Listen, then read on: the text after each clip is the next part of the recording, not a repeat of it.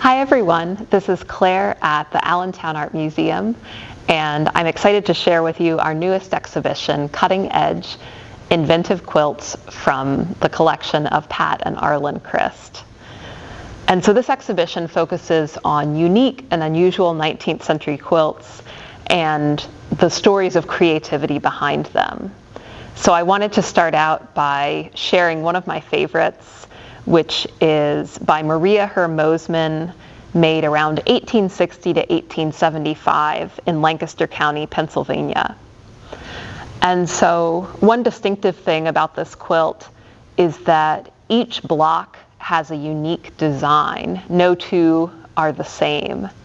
And not only that, but many of the blocks are not classic quilting patterns, the traditional ones that you see in a lot of other quilts.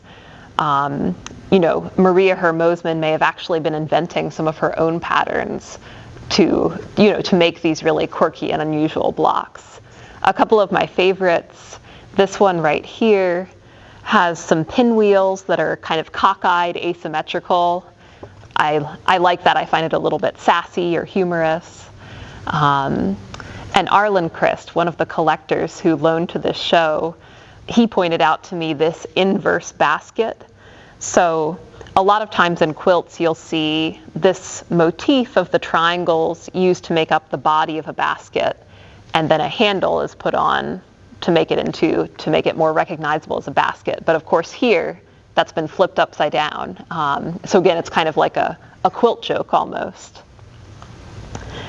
And one other exciting thing we discovered about this quilt while researching it was that two of the blocks on this quilt are ones that are made in the same fabric and the same pattern as another Lancaster County quilt from this era by Celinda Rupp.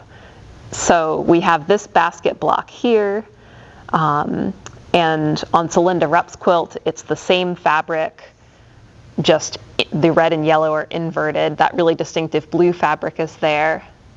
And then the second block is right over here. And the two share this kind of X pattern on a light background, and they have the same paisley cutout in the square in the center. So when I saw this, I thought, oh, this can't be a coincidence. There has to be some kind of connection between them to have that much similarity. And I did a lot of research. I went down some obsessive rabbit holes trying to trace the genealogy and the geography and looking at church records and family directories and census records.